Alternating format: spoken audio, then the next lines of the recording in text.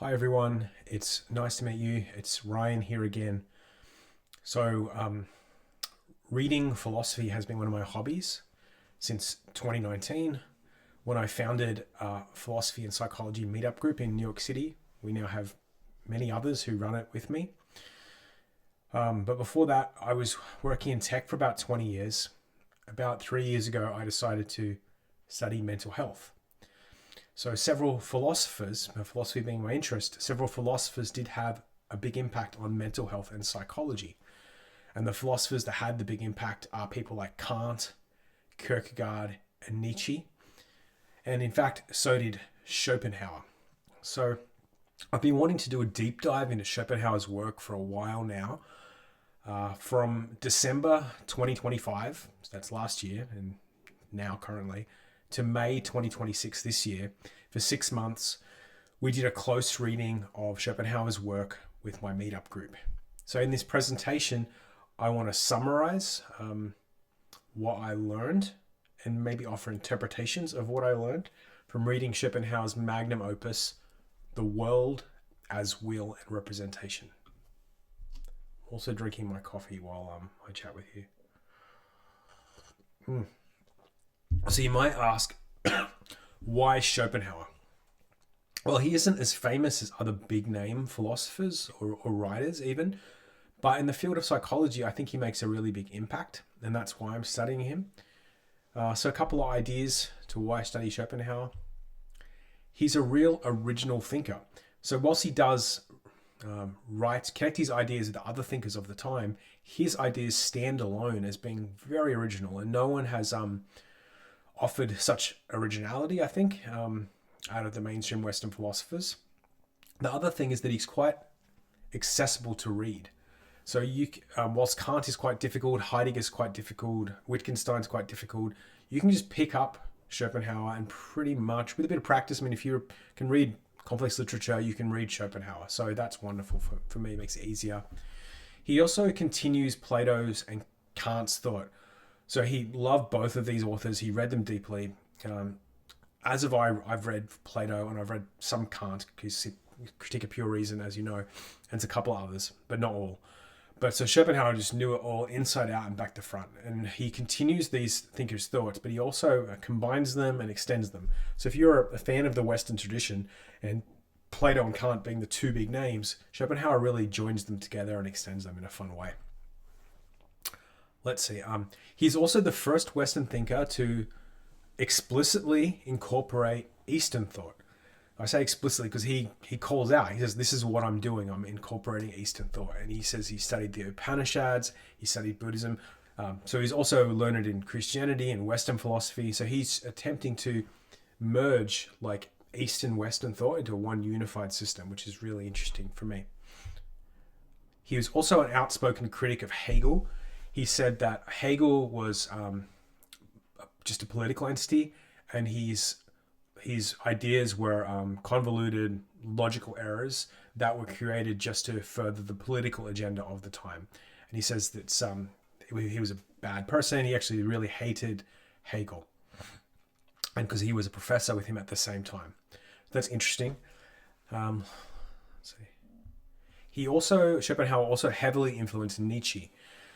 Nietzsche regards Schopenhauer as his great educator. Like Nietzsche even wrote a piece called Schopenhauer as Educator. So, and you see Schopenhauer's work throughout all of Nietzsche's work. It's like the foundation for Nietzsche's work.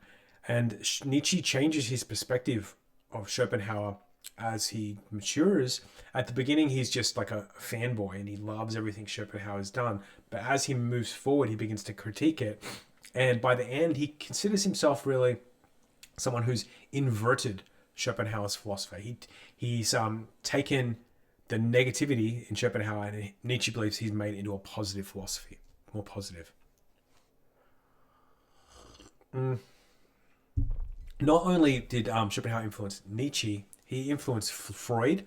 So by the time Schopenhauer passed away and Freud was around, Schopenhauer was quite famous and was being read in the circles that Freud was in. A lot of thinkers, or at least some thinkers, had read Schopenhauer and tried to translate his ideas to the realm of the mind, of psychology, the burgeoning field of psychology, which Freud really invented. So Freud didn't directly read Schopenhauer's work and take the ideas from it, but he read other works which were interpretations of Schopenhauer that fed him Schopenhauer's ideas that way. And Freud, in his autobiography later in life, I think he wrote in his 60s, did go and read Schopenhauer as well as Nietzsche, and he proclaimed, wow, like, yeah, Schopenhauer and Nietzsche's work as well, but especially Schopenhauer is very similar to mine, and you can see how they're talking about the same things. The will that Schopenhauer talks about is quite like Freud's unconscious. So, for me, as someone studying psychology and a practitioner of psychology, I was interested in the origins of the psychological field, and it just seemed natural that Schopenhauer was one of those originating thinkers.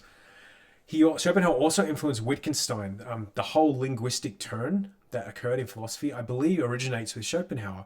And you'll see in this presentation, he's the first to really call out, he calls out Kant and says, hey, Kant, everything you're doing is just language, and there's more than just language. And I know Wittgenstein read Schopenhauer and based a lot of his ideas on this. Einstein too, Schopenhauer was a favorite philosopher for, and Tolstoy. Tolstoy says that the epilogue in War and Peace is like uses Schopenhauer's ideas, and he also said that because he read it as he was finishing War and Peace, and then Anna Karenina, I believe, contains some of Schopenhauer's ideas as well. And lastly, let's see. I moved so I can move my camera around. There we go. I'm over here now. Schopenhauer was one of the earliest atheistic Western philosophers. So he didn't believe in God, which is really interesting because almost everyone that I can think of before him believed in God. And he was such an original thinker that he was able to say, nope. And he built a very spiritual system, but there's no God entity. And I think that's probably due to his usage of Eastern thought, because Buddhism doesn't have God either. All right. Shall we get going? I'm back over this side now. Oh, last thought is Schopenhauer's philosophy in the world of will and representation is, he says it's a single thought. He wants you to be able to read the whole book and just walk away feeling like you've had a single thought. It's also a theory of everything. So he wants you to be able to walk away from it and be able to answer every single philosophical question that you could want to know. His philosophy answers. So it's very ambitious and far-reaching. Okay, cool. And then we'll go next slide. I'm going to have a sip of my coffee. So a bit about his life, because it's a little interesting.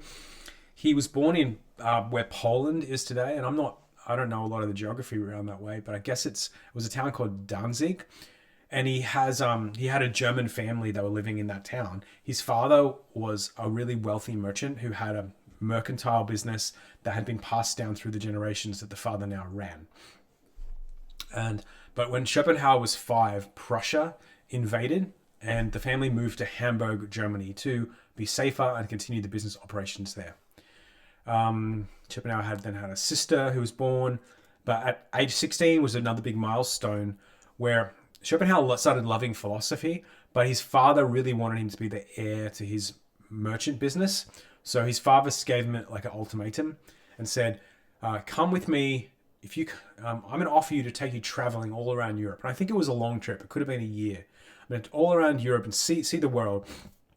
But you can only do that if you promise that you're going to run my business. Because you're going to see, this world you're going to see is going to be training for you to run the business. Because it was an import and export business.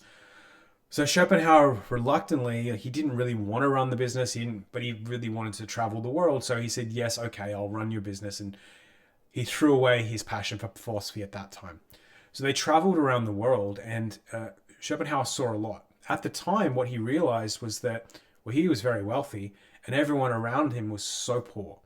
And it kind of reminds me of, Buddha leaving the palace. But all Schopenhauer saw was suffering all around him. War, sickness, poverty, crime, just thievery, all these bad things he saw. So he came back with a greater impression still that the world is just full of horrible, horrible suffering. Oops. After he got back at age 17, his father died. And it's said to be from suicide. I think he jumped off a grain tower into a river, or fell off, but it's said to be suicide. So that was a very impactful thing and very sad for him. his mom decides to move out of the town that they're in, and she ultimately becomes a really famous novelist. She wrote novels and she hung out in literary circles. She hung out with Goethe, who was, Goethe's huge. So she was like friends with this guy. So she became very, very famous. And finally, there was a dispute between Schopenhauer and his mom, because Schopenhauer's like, well, my philosophy is going to be more famous than all your novels. And she's like, yeah, right.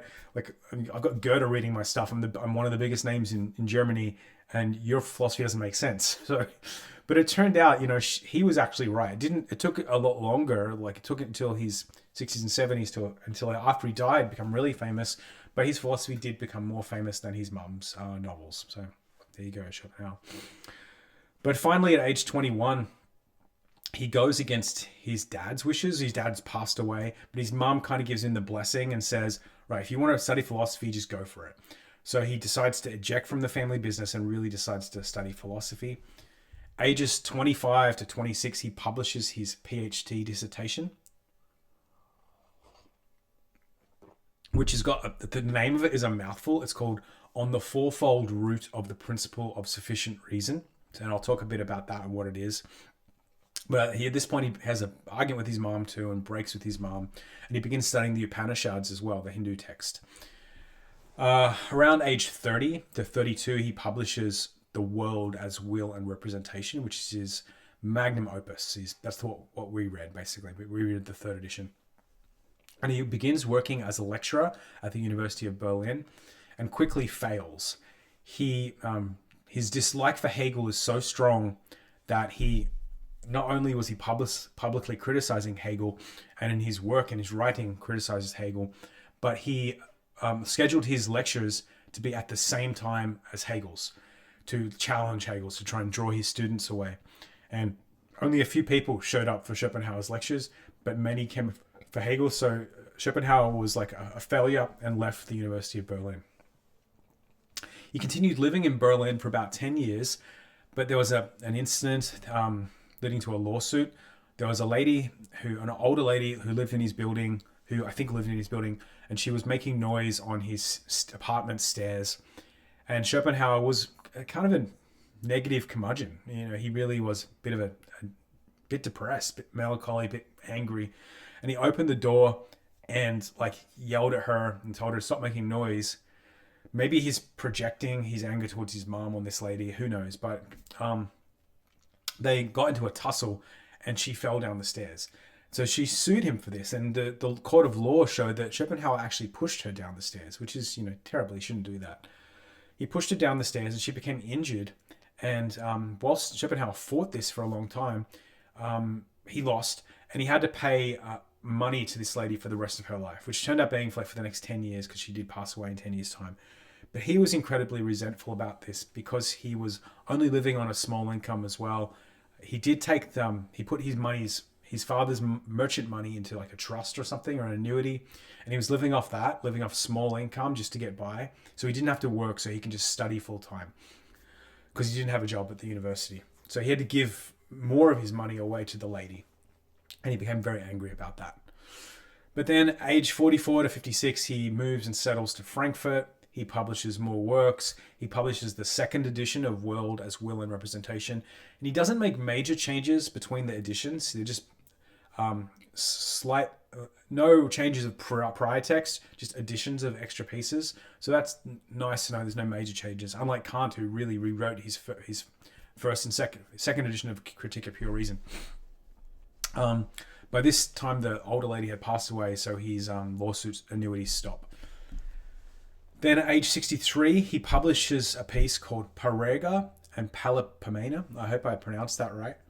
But it's Greek for appendices and omissions, which are a series of, I think it's 2 volumes of short essays. I own it, but I'm yet to read it.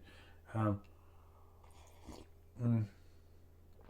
it's this work that he finally makes him famous.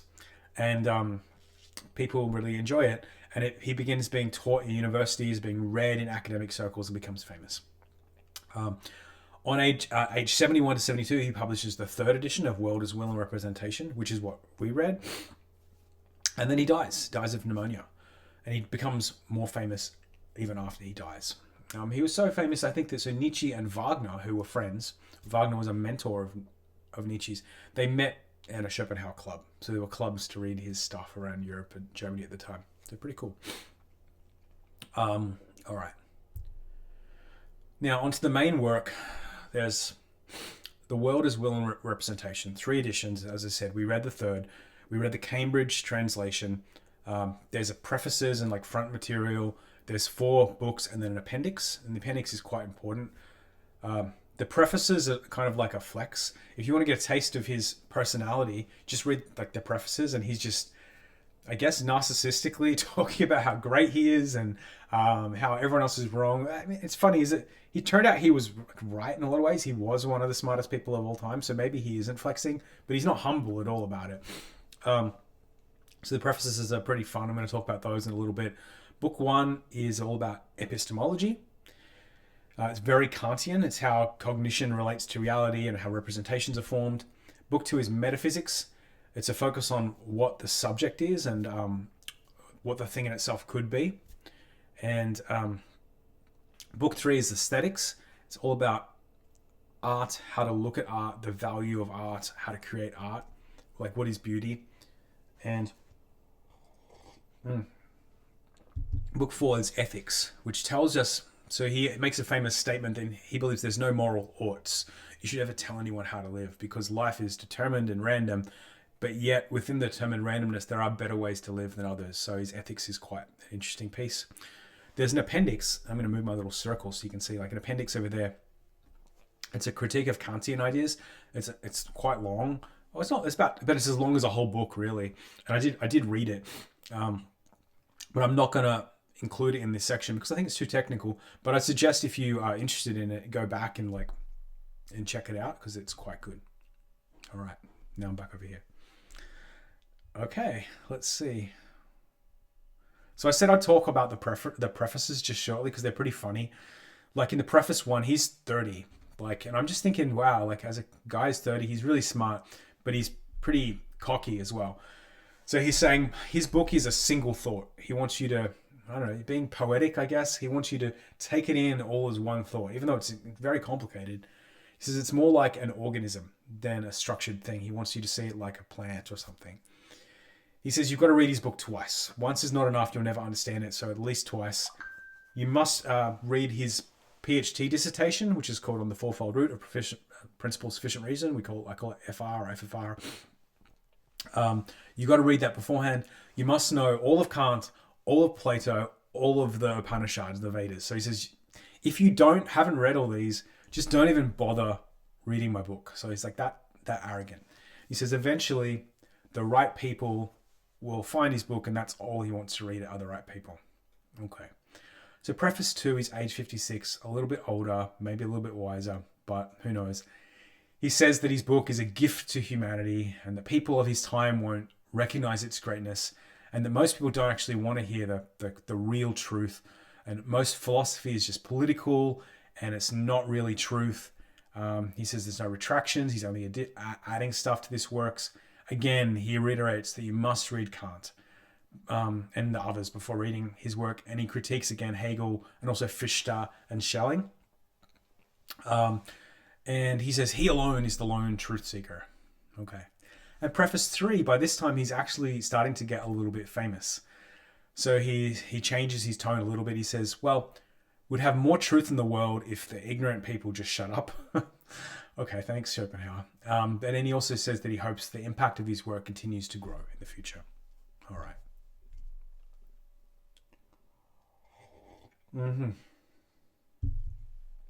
On the fourfold root of the principle of sufficient reason.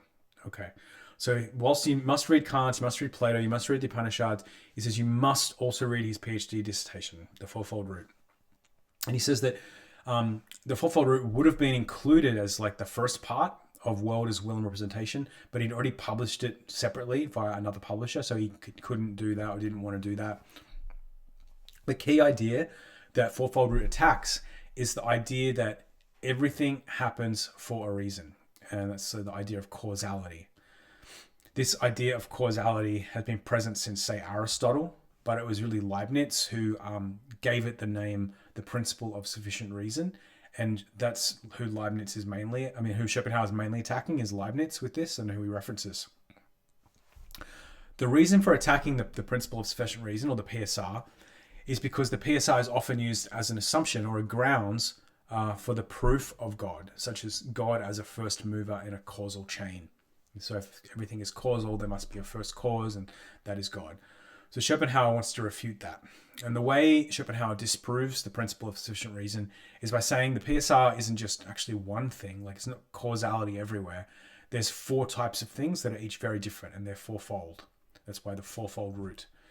The 4 types of PSR, or 4 types of causality, are the PSR of becoming, which is what we traditionally see as causality in the world. In the empirical world, a billiard ball hits another, like a cue hits a billiard ball, and like the physics of that all moving around, just dominoes falling, that's all causality in the regular world, and that's the PSR of becoming. It says there's the PSR of knowing, which is a kind of causal logic in our minds. So that's when we think in logic or think in language, make logical statements, or that is a different type of causality than the empirical world. So it's separate and it's in our mind. It's theoretical. He then says there's the PSR of being, and this relates to the structure of space-time itself. So he gives examples of like geometry, like how does one side of a triangle cause the structure of a triangle or another side to occur? Or in number theory, how does a series of numbers emerge? How does one number cause the next in a series? So that's the PSR of being. And lastly is the PSR of acting. And this relates to humans with psychological motives for actions in the world. So like, why did I go to the kitchen? Because I wanted to get my coffee.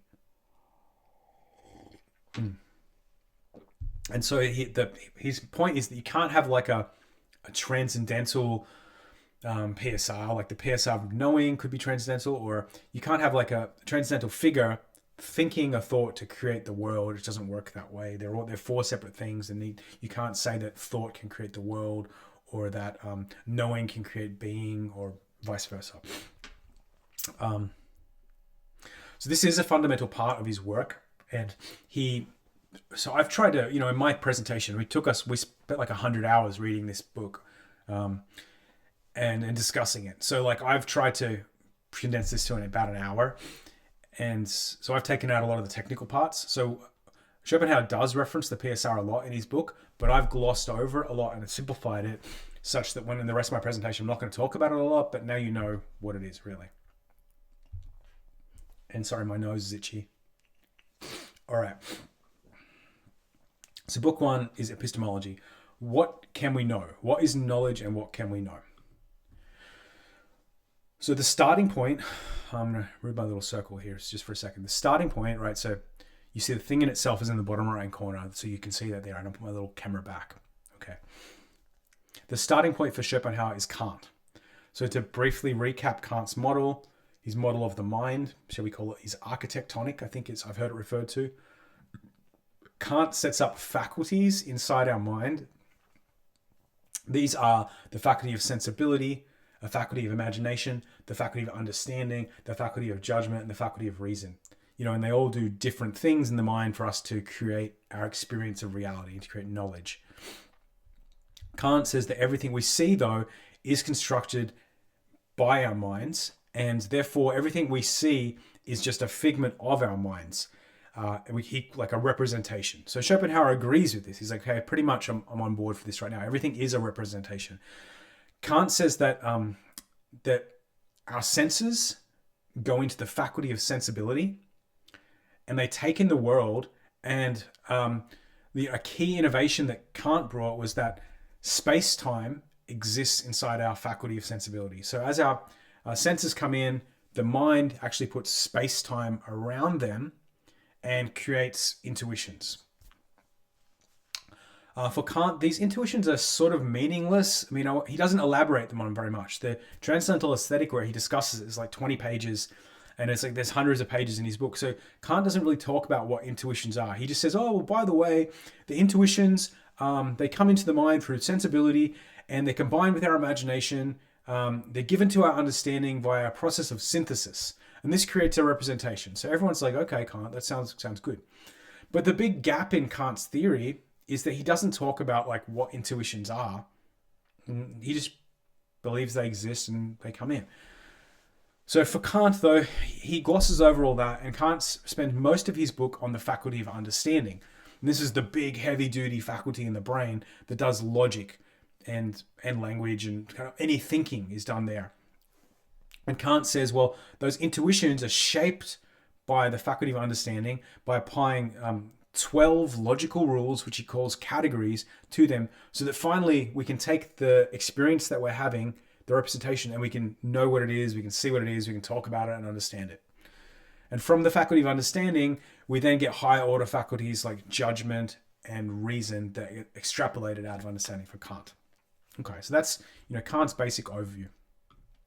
I'll have a sip of my coffee before it goes cold. So what Schopenhauer does is he radically simplifies. I'm going to move my little circle over the left here. Okay. He radically simplifies Kant's structure. Schopenhauer says, well, actually, no, there is no faculty of sensibility. There's no faculty of judgment. There's no faculty of imagination. Let's just simplify it. There's only one real thing called the faculty of understanding. And the sensibility, your senses, which I'm guessing these days would be like your nerves and like your smell, your sight, your sound, they all come into your senses, and the understanding is what processes it. And he's saying the understanding doesn't have logical categories within it. Like, that's silly. He says all the understanding does is applies causality to the sensory input, because that's all the mind needs to know, knows the causal order of the sensory input. And everything else the mind does is higher order functions that are based on understanding of causality. So Schopenhauer says that all the things that Kant would attribute to, the categories of understanding, imagination, judgment, Schopenhauer collapses them into one faculty and actually calls that the faculty of reason. So in humans, Schopenhauer said there are two faculties. There's the faculty of understanding, which does causal mapping of all our sensory input and also, wraps space-time around things. Then there's the faculty of reason that is responsible for all the human things that humans do. So human knowledge, human thinking, human logic, human language. And I'm going to move myself back over here. And also different to Kant, Schopenhauer says that any living creature that has a mind also has a faculty of understanding. So I've got my little dog down there, right, with the faculty of understanding in its mind. Schopenhauer says, you think of like a dog, seeing a tennis ball. Kant would say the dog is more just like a robot. It doesn't really understand. It's operating on pure nervous stimuli. It doesn't have an understanding. But Schopenhauer says, no, the dog does have an understanding. The dog can apply causality to senses and see objects. It can at least do that. And it can't do reason, but it can see objects, and it does have an instinct as well, which he talks about later. But humans, importantly, are the only ones with this higher order, like this crowning faculty of reason, which gives us abstract cognition and knowledge. Okay. Another innovation from Schopenhauer. So whilst for Kant, a representation, what we see, is something that exists only in our mind. So if I'm looking at a tree, I never actually see the real tree. I'm only seeing the tree as it presents itself in my mind. And Kant would say, we can never actually know what the real tree looks like because I can only look through my mind. And so he calls the real tree, or any object that is behind a representation, he calls it a thing in itself. And he says the thing in itself is completely unknowable. Schopenhauer makes a key difference here. And he says, actually, a representation doesn't just exist in our mind. It exists through the combination of our minds with the world. So he says a representation is the joining of a subject and an object, not just in a mind. It's the joining of a subject and an object. And this is a subtle distinction, but I think Schopenhauer sees it as a central innovation or a central innovation of his philosophy. Then another innovation Schopenhauer brings is he goes to make a very clear distinction between two different types of representation. So I think whilst Kant he only had one kind of representation, Schopenhauer has two. He says there's an intuitive representation, which is our intuitions, and then an abstract representation, which is like concepts of knowledge. So an intuitive representation is a thing that we see without thinking about it at all. It's just right in front of us.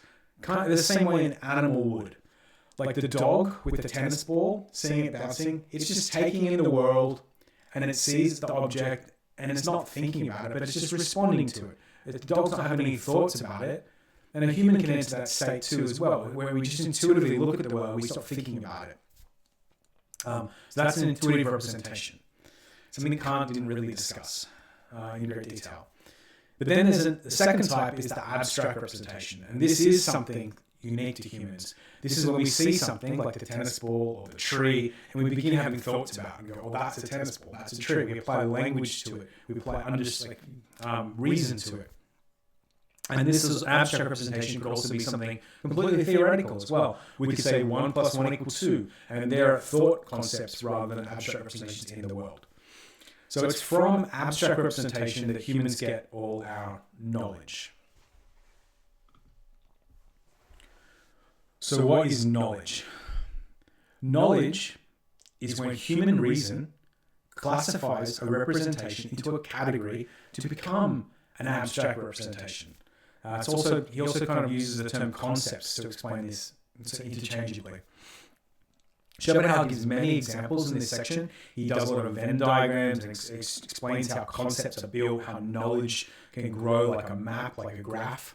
But he gives one big example on travel. So you can see I put it on the slide there. That's actually a direct copy-paste from his book. So he shows how knowledge connects abstract representations together. So you've got the concept of travel. Well, what concepts can we relate it to? Well, for Schopenhauer, he said, travel is costly. It probably cost him a lot when you travel. Travel is good for your health, okay? Travel dispels boredom. Travel gathers experience. So he's done a whole series of judgments about the experience of travel and built a knowledge map of what travel is. And he's doing that just to give an example of how knowledge is formed. How do we know which representations fall under which categories? Like, how do we know travel is this or that? Or like, how do we know that is travel and that isn't travel? Well, he says that is using our judgment. So we can use our judgment, which is based on experience, to build knowledge like this.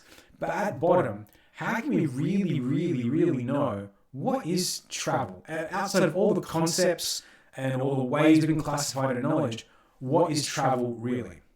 Well, we can describe travel in terms of abstract concepts, but ultimately, at bottom, all abstract concepts need to be grounded in an intuitive representation. So I'm going to move my video over. So look on the right here. I've got this picture of the man and woman. They're traveling. So all knowledge must be grounded in real life experience. And that's the intuitive representation. That's when, that's not even a photo of traveling. That's when you're actually traveling. And you're doing it, you're experiencing, and you're going, oh, heck, this is travel, right? So everything comes from that. All knowledge must link back to a real intuitive representation.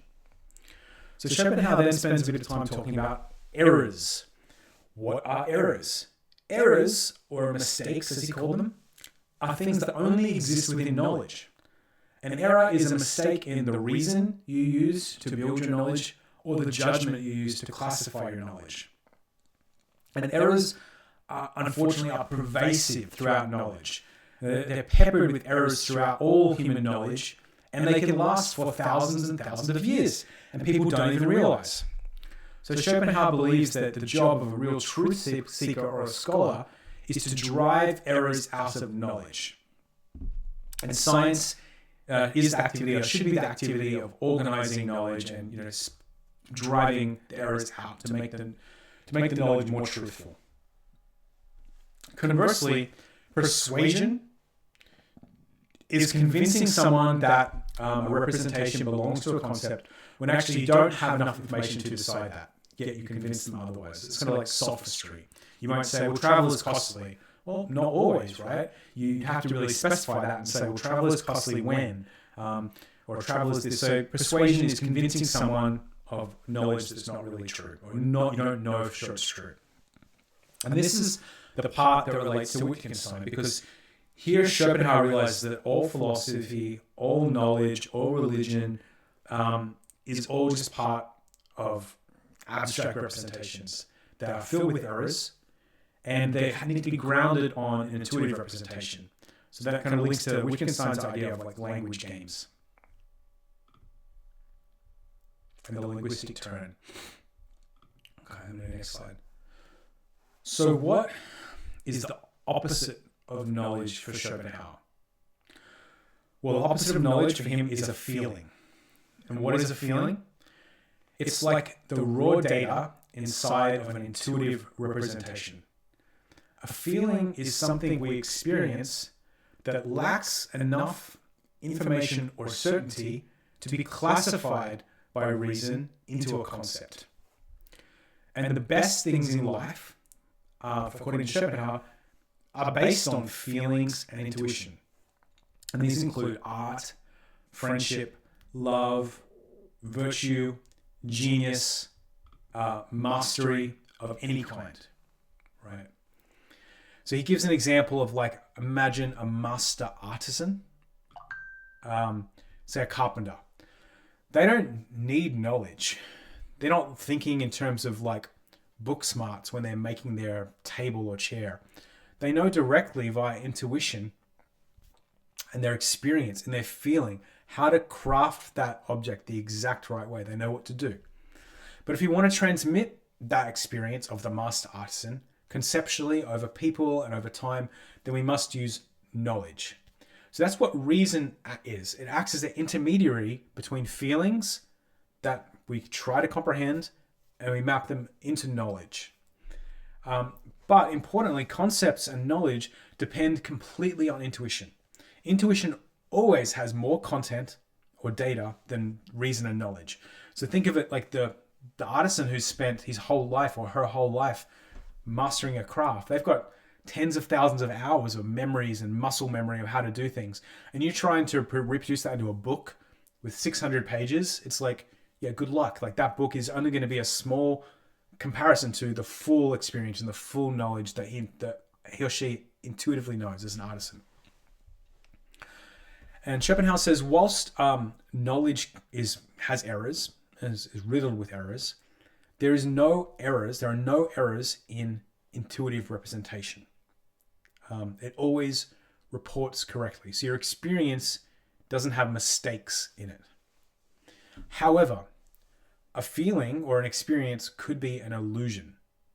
And he gives examples like it could be something simple like an optical illusion, or it could be, so there are ways to misconstrue a feeling, but it's never an error or never a mistake. When you're feeling it, it's always correct, but it could be misguided.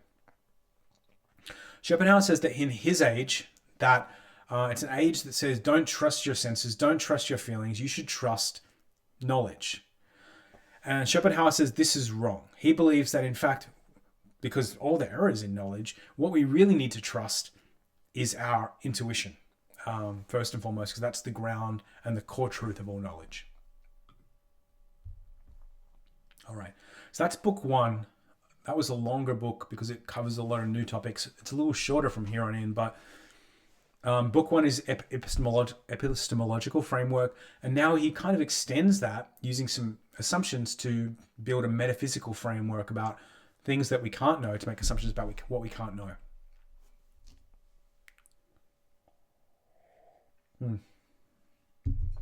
So metaphysics. Schopenhauer here, he wants to know more.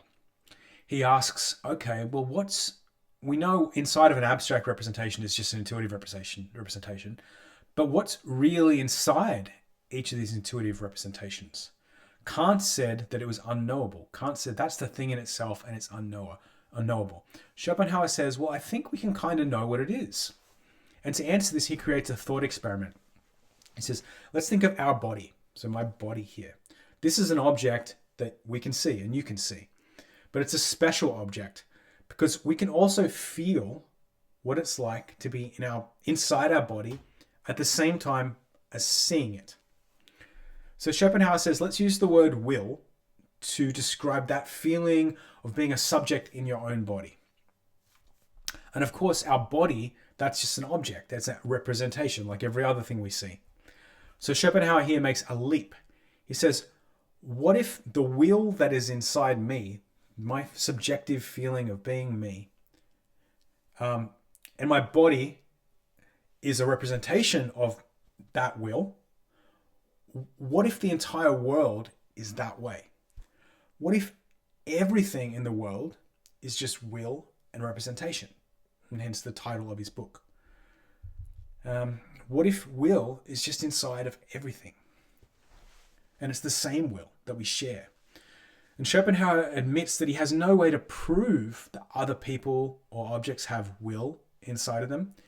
But he says the idea of solipsism, which is that you're the only one that exists, that's such a sad and egotistical idea, he chooses to rule it out.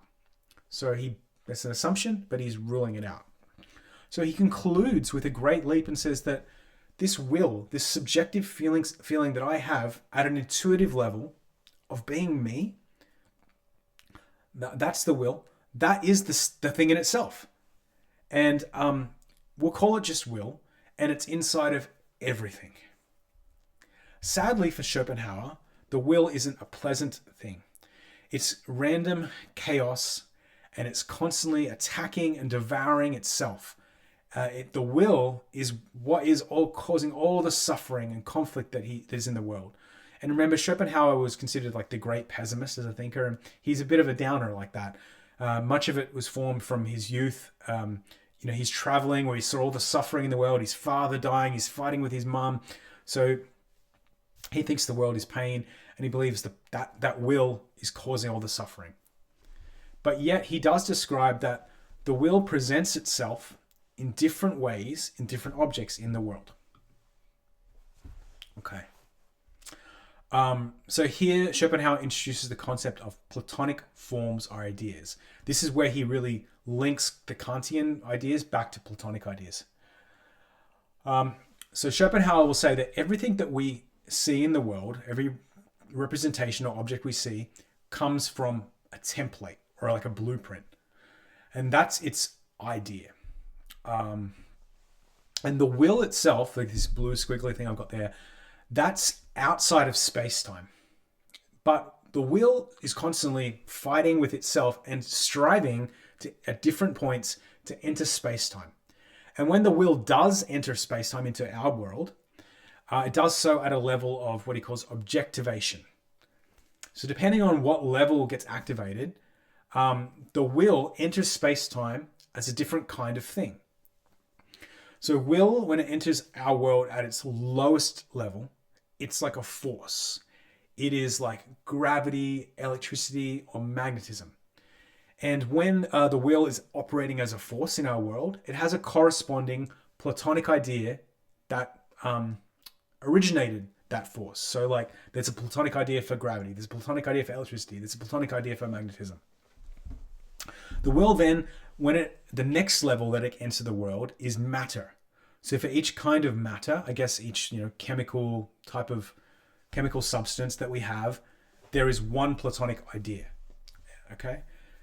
Then the will can enter the world as plants. For each species of plant, there is one Platonic idea. Then the next level is animals. There is one Platonic idea per species of animal. Humans are the highest level of objectivation of the will, and they're kind of special, according to Schopenhauer. He says that each human has its own idea. So you and me as humans, there's a Platonic idea mapping directly just to our uniqueness that exists beyond space-time. Ideas could wait thousands of years before struggling within the will and finally coming through into reality. So that's why it feels like there's a huge diversity of things, is because the ideas are spaced out when they enter reality. And Schopenhauer refutes here the idea of God. He says because there's no real object in the world that's God, then therefore there's no Platonic idea of God or anything like that. So God is just a concept. It's something that's in knowledge rather than being transcendental in any way. He says the closest thing that we have to God is the will, which exists outside of space-time. And Schopenhauer also explains why reductionist science, or traditional science as we know it, cannot explain things fully, because it only ever focuses on causal reasoning. It only ever operates within the realm of principle of sufficient reason. And the most important part of existence is actually the will and the Platonic ideas, which exist beyond space-time. They cannot be comprehended by knowledge. They cannot be comprehended within any principle of sufficient reason. So they cannot be explained by science.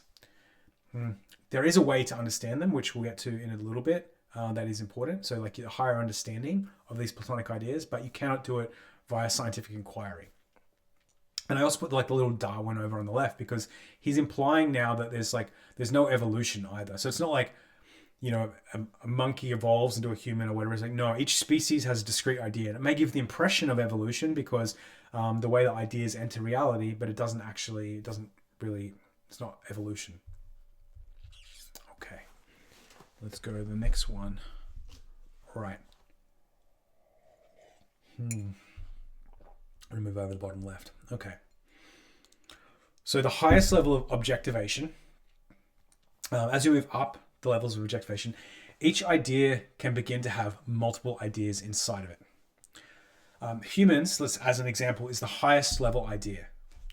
And they have many, when we exist in the world, we have many sub-ideas that are part of us. So like as a human, I have this idea of Ryan, but I've also got like a body. So maybe there's this animal idea inside of me. I've also got my flesh is like a plant or something. There's this plant idea. There's also forces like my blood is pumping and all these other gravity is affecting me. So I'm like a system of ideas that's operating in one human entity. And because of this, humans actually have two parts to themselves. The first part, Schopenhauer calls it an intelligible character. This is the pure idea of who you are before you enter space-time.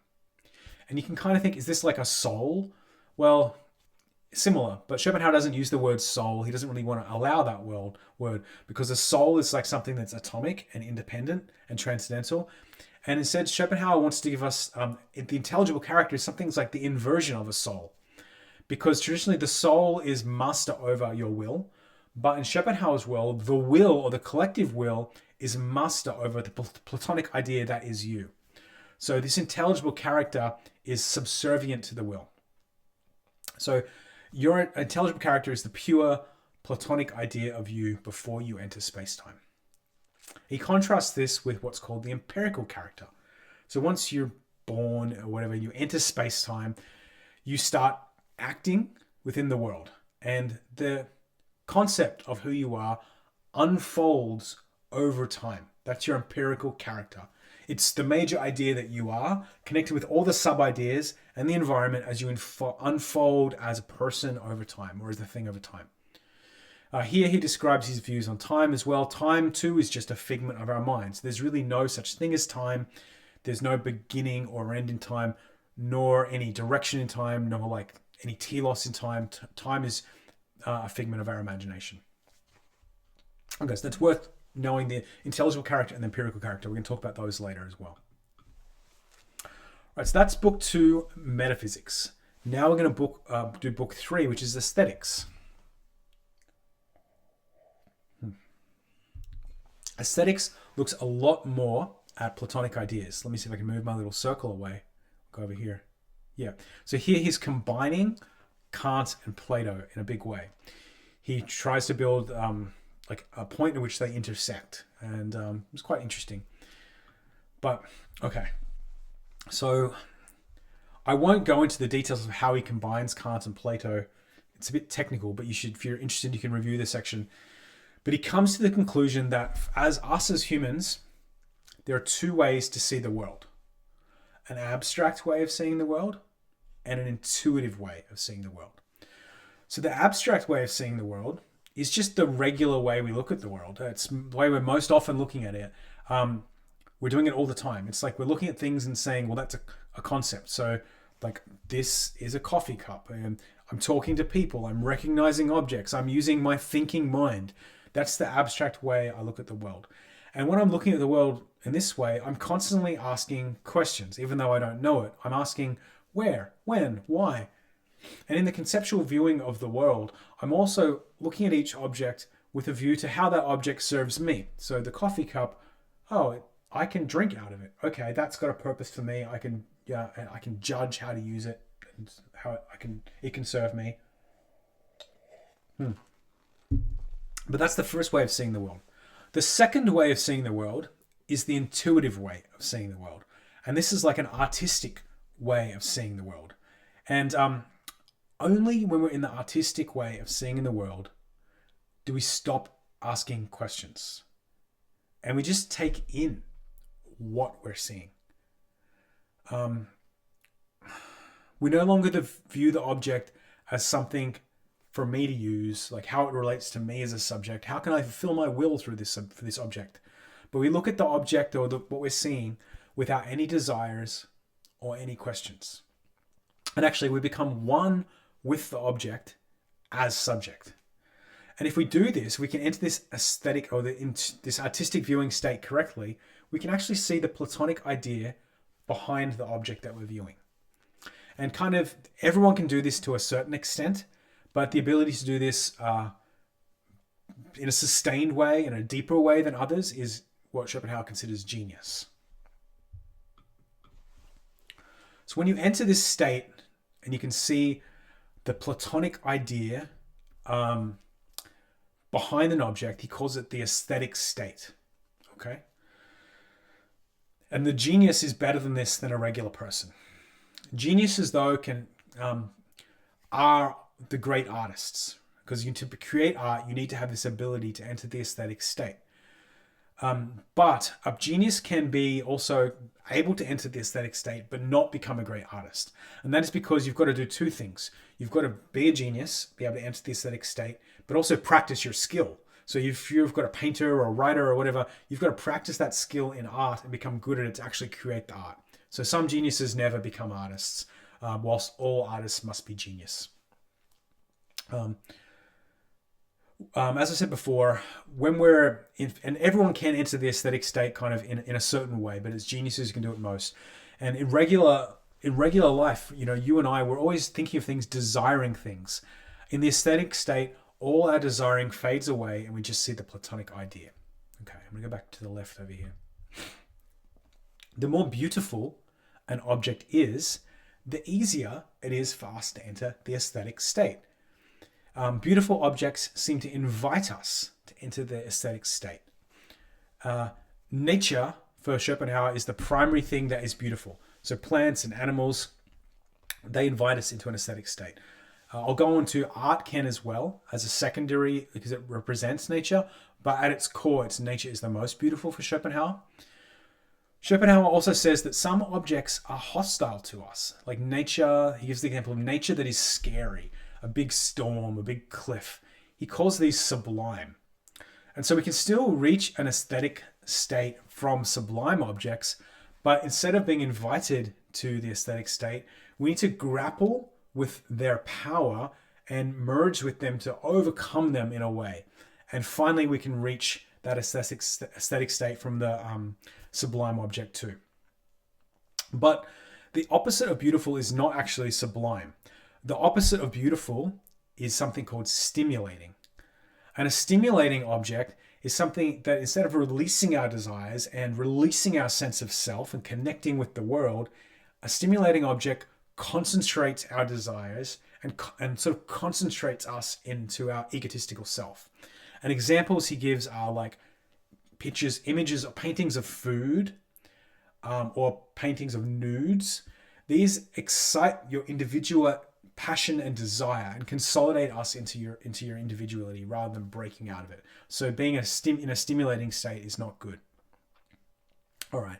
So whilst nature is the only thing that's truly beautiful, we can imitate nature via art, and that's what we do. And by creating art, this aesthetic state as well is also a joyful state to be in. So despite all the suffering in the world, if you can enter the aesthetic state, you can forget your suffering for that moment because you connect with everything, you're one with everything. So by making art, the artist is making the world more beautiful and providing more refuge for those who, need to find a place to escape.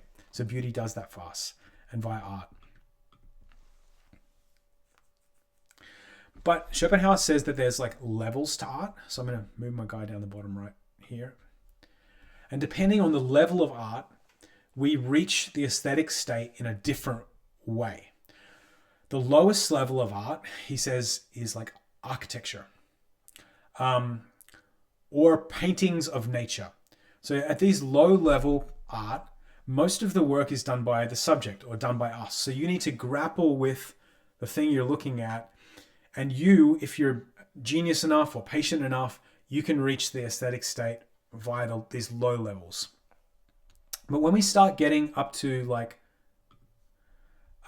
paintings, paintings of animals, then paintings of humans, and he also calls out Christian paintings as being a specifically like good, then the object in the art begins to do more work and it begins to invite us to the beauty. So accessing beauty via these objects is easier. But he says that paintings and sculptures of humans are only ever showing humans at a fixed point in time. And remember, to see a full human, we need to see them unfold over time. The empirical character needs to unfold over time. So artistic mediums that have like a time dimension to them are superior in that way because we can see things unfold over time. And the written word is the way that we can do this.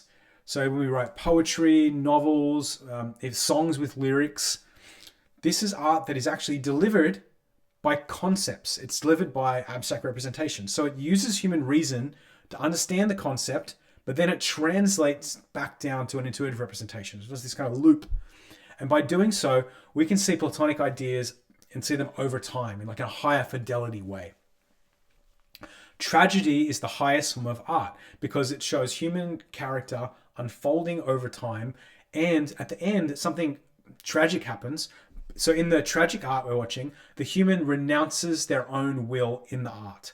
So by seeing a human renounce their will in the art, it makes it easier for us to let go of our will, let go of our desires, and we can more easily get into that aesthetic state through tragedy. And that's why tragedy is the highest form of art. It's more powerful as art. Music, though, music is no longer art. He says music is like something completely above and superior to art. Music is the direct expression of the will. This universal will comes out via music. And you can see some inspiration of Nietzsche here. You know, Nietzsche's famous quote that says, without music, life would be a mistake. Well, that's what Nietzsche was getting at. Nietzsche also, praised the intuitive representation over the abstract representation and believed that music was the highest level of intuitive expression. Okay. Right, so now we move on to book 4. Ethics. Remember before we discussed character? Oops, I'm going to move back over to the left. I'm going to have a sip of my coffee as well. We're almost done. Remember your intelligible character was you outside of space-time? Well, your intelligible character outside of space-time is always innocent. You haven't acted in the world. You haven't done anything in the world. So you haven't, created suffering. You haven't received suffering. You're just this innocent Platonic idea. Your empirical character, though, is you in space-time, in your body, interacting with other ideas, and your actions unfold over time as an empirical character. And in this way, you do receive suffering because suffering is the nature of existence, but you also cause suffering. I mean, everything you do, you're eating something, you're eating some animal, so you're killing it, you're eating a plant. So you're causing and receiving suffering in your empirical character. Then Schopenhauer asked the question, well, what determines how your empirical character unfolds over time? And he proposes that it's the knowledge you accumulate, so the abstract knowledge you accumulate over time that determines how you unfold as an empirical character. And for Schopenhauer, the world of representation, the world that we're in, is completely deterministic. It's completely determined. So there's no free will in our current world. But the will outside of space-time, he says, is completely free. It's so free that it's complete random chaos.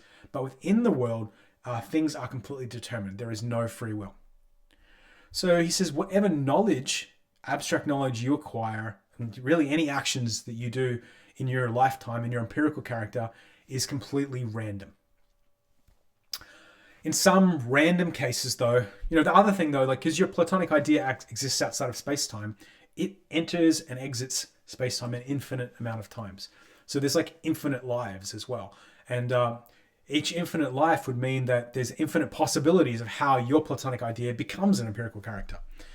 So it's all random. But in some random cases, in some moments or pockets of existence, a person will gather enough knowledge, they'll accumulate enough knowledge to actually know themselves. That is, they'll build an abstract representation, a knowledge map of what their Platonic idea is and their empirical character, and they'll know themselves. When someone reaches this state, they can begin to will activities in the world with great precision. If you really know yourself, you know what you're good at and what you're bad at. You can say, I'm going to go do this, and you can actually succeed at it. And you can start, doing actions in the world that work well for you. You're not going to fail. You're going to do things quite well. So when you reach this point where you know yourself, you know your empirical and intelligible character, he calls it acquired character. You have finally gained acquired character. It's once you know yourself. And in this way, you can become virtuous to an extent because you can choose actions in the world that work well for yourself and work well for others. You're minimizing your mistakes and you can act in a good way in the world. But once again, developing acquired character is completely random. So this is why Schopenhauer says in the world there is no moral oughts. You should never tell anyone how they should live. There is no, you should do this, you should do that, you should do that, because everything is random anyway. Okay.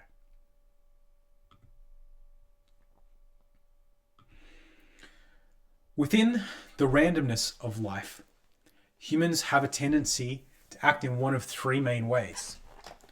And here Schopenhauer directly references and incorporates Hindu ideas, the three gunas. He says most humans are oscillating between two primary states.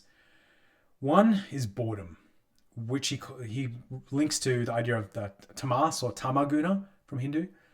The second state people are most often in is in a desirous state, or a desiring or willing state. And he links this to the rajas or the raja guna state from Hinduism. Most people are just oscillating between boredom and desiring. That's it. Because we'll get what we'll chase after something we think we want, we'll get it, and then we'll be like, oh, that's not what I thought, and you get bored, and you stop for a little while, then you chase after something again. So the third state that humans can enter, which we spoke about, is this aesthetic state. And when we enter this state, this pure aesthetic contemplation of viewing the beauty in the world, viewing art, and seeing the Platonic ideas, letting go of self, letting go of desires, we can find some peace. But it's only temporary.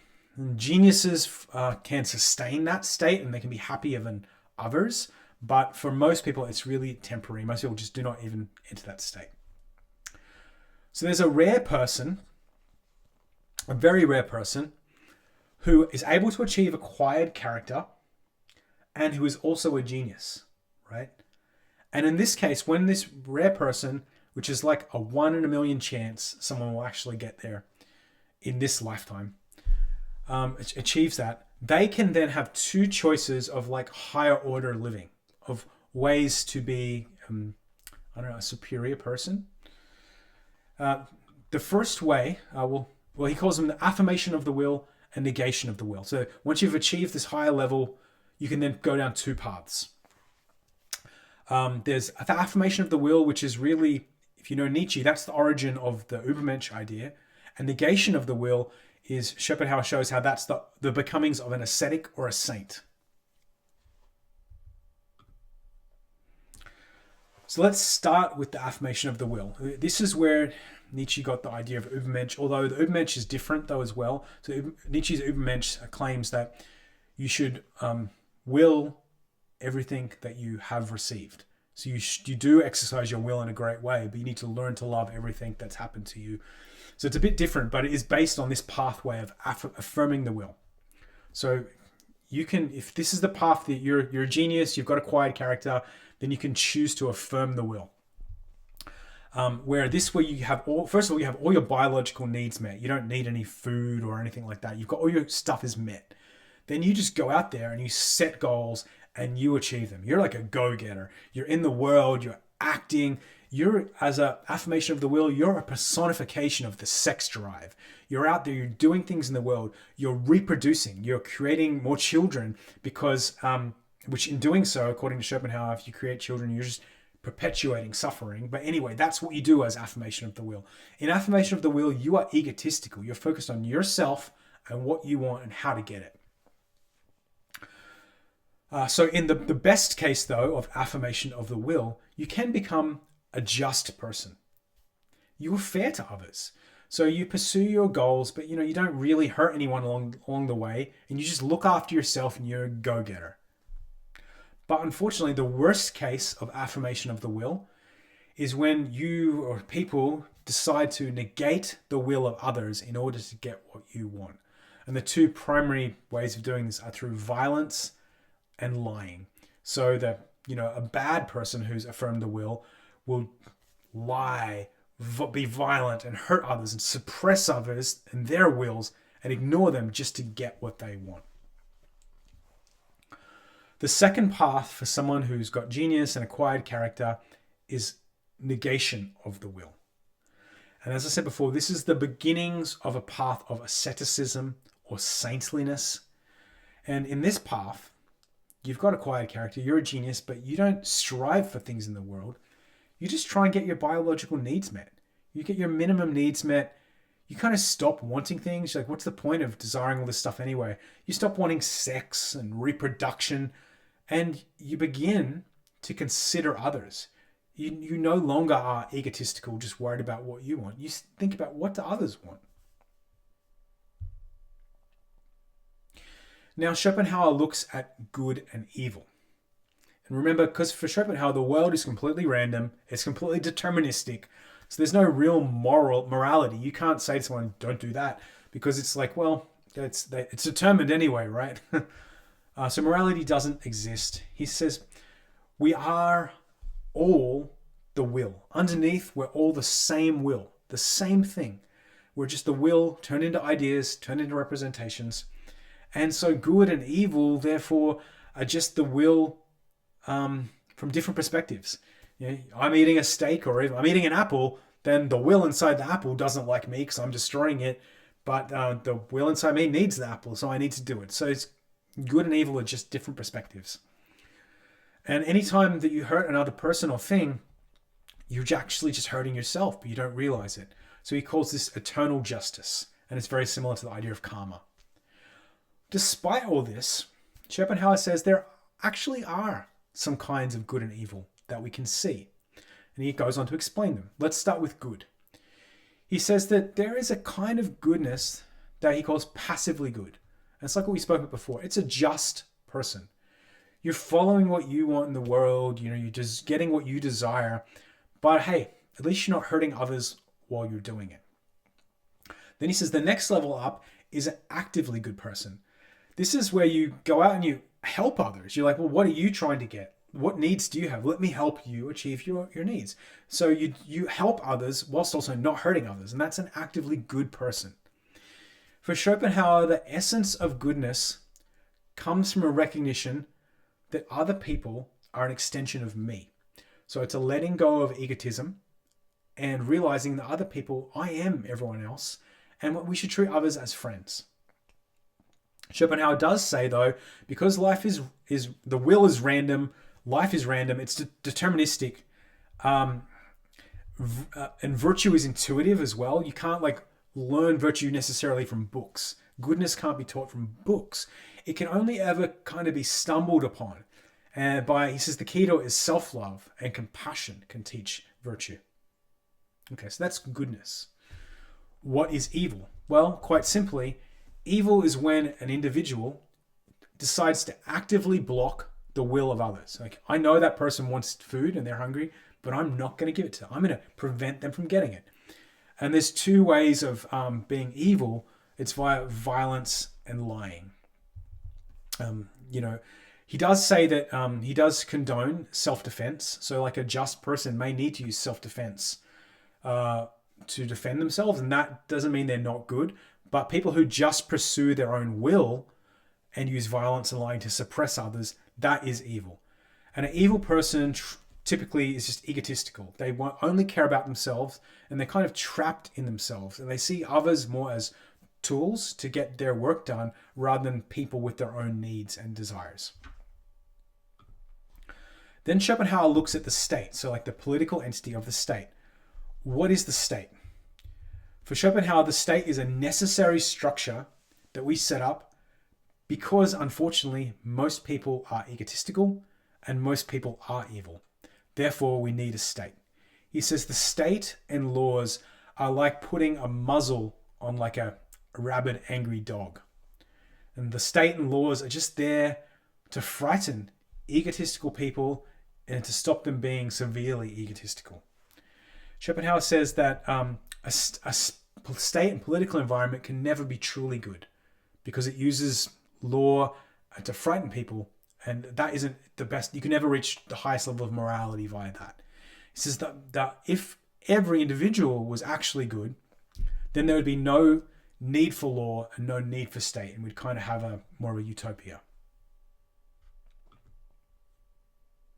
Okay. So for Schopenhauer, book 4, Ethics, right? So what is the highest good for Schopenhauer? And this is when you just go full ascetic and full saint. And this is sacrificing your life completely for others. You negate all of your wills. Anything you want, you just stop wanting it. And you give your life entirely to others. He does give Christ and Buddha as examples of this. Schopenhauer says that if the true saint and true ascetic dies, their Platonic idea evaporates with them and never has to be like reincarnated. And that's like the extinguishing of nirvana. To counteract this nirvana, he says hell is when we're in existence, and hell is someone who has a very strong will, always desiring, always wanting so much, and you're trapped within yourself and never consider others. You're just wanting. He says that, interestingly enough though, being in hell creates the opportunity of suffering, where suffering can be a path out, which I'll talk about in a bit. Schopenhauer talks about suicide. He says that, well, suicide actually is wanting to die, and that is a form of willing. And it's if you give in to suicide and you're actually following your will, not negating it. So that isn't what he considers virtuous. He does say, though, that if you can not want to die and die, then that's okay. Let's move to the left. So for Schopenhauer, there's really two ways to become this saint or ascetic character. And the first and most common is by suffering. Most people get there this way. They just face so much suffering in their life that their only choice is to just stop willing, and find like inner peace and love. And we can see the origin of Nietzsche's famous quote, "What does not kill me makes me stronger." Well, that's pointing to this. So all the suffering has a purpose. And if it is enough, it can be your escape, and you can become a saint and ascetic through it. The second way someone can become an ascetic or a saint is by contemplation. It's rarer, only a rare few people get there, but just by learning, just by thinking, then you can become a saint and ascetic that way. There's an important caveat though. One can never want to become a saint or an ascetic, because wanting is willing, and you only ever get there by giving up on willing, not by intensifying your willing. So to become a saint or an ascetic, you cannot will to do that. You cannot even try to do that. There's nothing you can do for it to become. It is just something that happens to you. Your will is extinguished. As your acquired character develops randomly, it just happens. And when you reach this state, it's not something you were striving for. It feels like it was just given to you from the outside, not from within. And that's why Schopenhauer says it's said to be done by a divine grace, because it's not through pursuing it that it occurs. It's by letting go of pursuits that the thing you never even expected is given to you from outside. Okay. So that's the end of my summary in the book. We had a fun time reading it for 6 months. I like creating these because I feel like I can somehow take that 6 months of learning we did each week and create something out of it. And have a creative energy in the world. But thanks for watching the video. And this is the end of my interpretation of Schopenhauer's ideas. I didn't include the appendix, as I said, but I wanted to ask you, what do you think of Schopenhauer's ideas, or these ideas presented here? But more importantly, how do you feel about Schopenhauer's ideas? Okay, I'm going to stop now. Bye.